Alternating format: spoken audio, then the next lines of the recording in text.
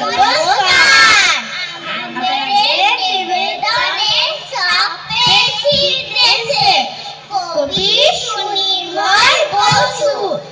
কল্পনা নয়, কল্পনা নয়, স্বপন পুরো এসে আবার দিয়ে উদা হলো সব পেয়েছি দেশে।